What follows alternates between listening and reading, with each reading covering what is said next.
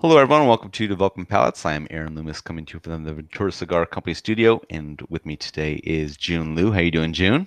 But So today we are talking about the Blackwork Studio S&R Lancero. It is 6 3/4 by 42 ring gauge. Comes out of the Fabrica Oveja Negra factory in Nicaragua. Wrapper is Sumatra. The binder is Nicaraguan Habano, and the filler is Nicaragua and Dominican Republic.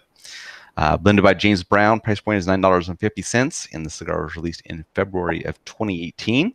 So with all that out of the way, June, what was your smoking experience like? um, right off the bat, just lots and lots of like roasted nuttiness, toasted bread, cedar notes, and really, I tried to not review a cigar based upon my personal likes Mhm. and flavor profile, but those is really close to kind of the core flavor notes that I really like in cigars. So started out really great. When I retrohale a cigar, that's when kind of pepper started coming through. So black pepper, got more of that like roasted nuttiness going. Finish, got a little bit of a charred, bitter cedar nuts going. Strength, tad above medium, body medium within the first third. As I kind of approached as I approached the second third, um, spice started showing up on the mouth draws, whereas that first third it was just non-existent. Other than that, core profile is still the same. I mean, still a lot of roasted nuttiness, toasted bread, cedar. Retrohaling it gave even bigger doses of that black pepper than before, but it was never to the point where it was too much, which is always good. And then it still held on to that same deeper notes of the roasted nuts. Strength started going to a consistent medium full, starting from the second third and finish off the rest of the cigar. And body was still medium. Last third, it started really transition again. It was I felt like it was more earthy. So it's more like baking spices, like a refined, earthy, dirty, like a dirt going on. That black pepper roasted nuts, the bread, cedar, still there, but it was definitely more the story of like baking spices and earthy tones. So in terms of construction, I have some pretty major issues with the burn. Um, First inch the wrapper cracked, and that crack, by the end of the first third, it spread to the whole cigar. So the only thing that was holding the wrapper was the band on the top of the cigar, of course, or at the end of it, rather. And that led to a bunch of like touch ups. Just, I mean, I lost count. I just had to keep touching it up and smoking it. Mhm. So, but it was the smoke production was good. Ash saw not really tight, minimal flowering. It's just that it was a bummer because I kind of felt like I lost out on the wrapper, smoking the wrapper, getting a gauge for that. To the draw, very good. Not much complaints, just a little tight, but overall, not an issue. Yeah, for me, the cigar started out with an odd flavor combination, what I could only really consider like buttery wood. Hmm. Had a good dose of black pepper along with it. About a quarter inch in, the wood became a little bit fuller. That buttery component kind of lessened a little bit. About an inch in, some coffee joined in, kind of carried that creaminess to it, which replaced that butter component. Pepper also mellowed, which was creating nice, all around profile there. About an inch and a half, black pepper morphed into a baking spice. Retrohale was a mix of wood and bread along with some baking spice. As the third was coming to a close, that bread kind of entered the mouth draws to go along with the wood, the cream and the baking spice. Coffee leaves the profile, and the strength was slightly above medium. Getting to the second third, kind of continuation on with the wood and the creamy bread. Baking spice mellows a little bit. About an inch in, the baking spice picks back up, creates a slightly spicier profile. Retrohale has the bread up front, wood baking spices more in the background.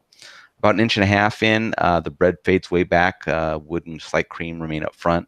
Baking spice still in the background.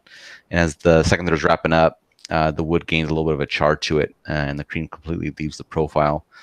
Still a little, hints of bread and baking spice in the background, and strength remains at that slightly above medium mark. Final third, charred wood continues on, bread in the background, baking spice has left profile. A little further in, the cream picks back up again, creates a little bit of a smoother profile there. about an inch in. Retrohale is providing wood, a little bit of cream to it, and that's kind of how the cigar finishes out. Strength remains at that slightly above medium mark. In regards to the draw, the burn, it was perfect the entire way. Wrapper didn't crack for me or anything like that. Ash held on in 1 inch increments. I had no complaints with it at all.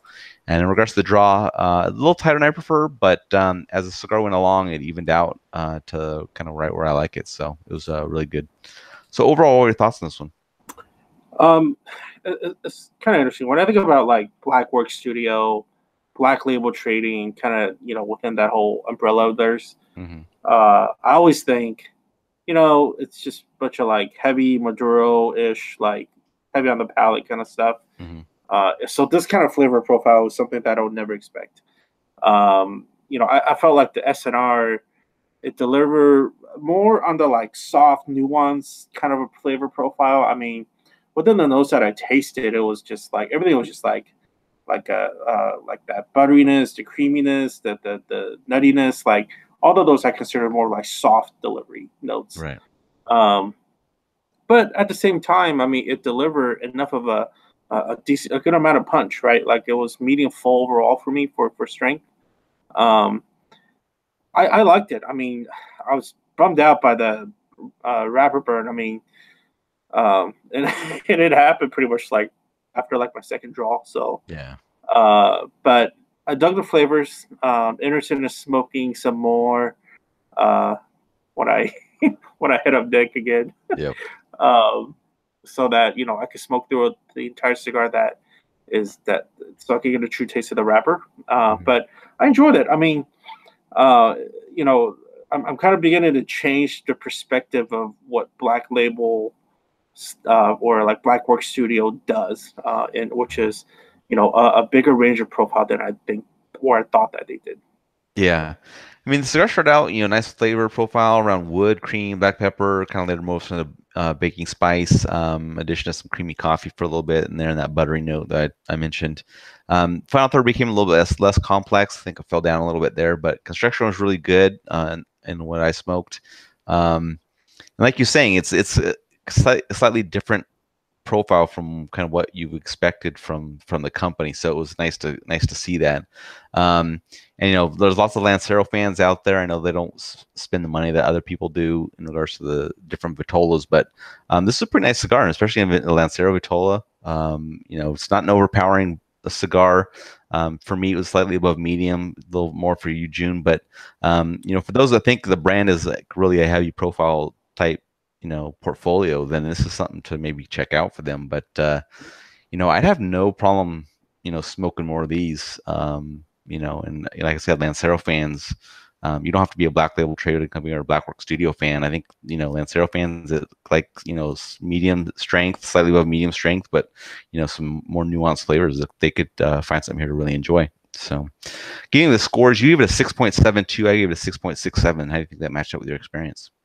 Matched up well. It was a tasty cigar despite the wrapper burn issues. And overall, I like it. I'd absolutely smoke this again. Yeah, I agree. Good flavor profile, really good construction. So it did pretty well. And like I said, I would smoke more of these as well. So I have no complaints. Any other final thoughts from you? No, Nick, send me some more. Yep, there you go. All right, if you're just catching this video on YouTube, be sure to subscribe to us, but also check out the full written review on the website, developingpalates.com. Be sure to follow us on all the social media channels, Facebook, Instagram, Twitter, and Google+. You can catch all of our review recaps on podcasts, so iTunes, Google Play, and Podbean. Thank you for tuning in, and we will catch you on the next one.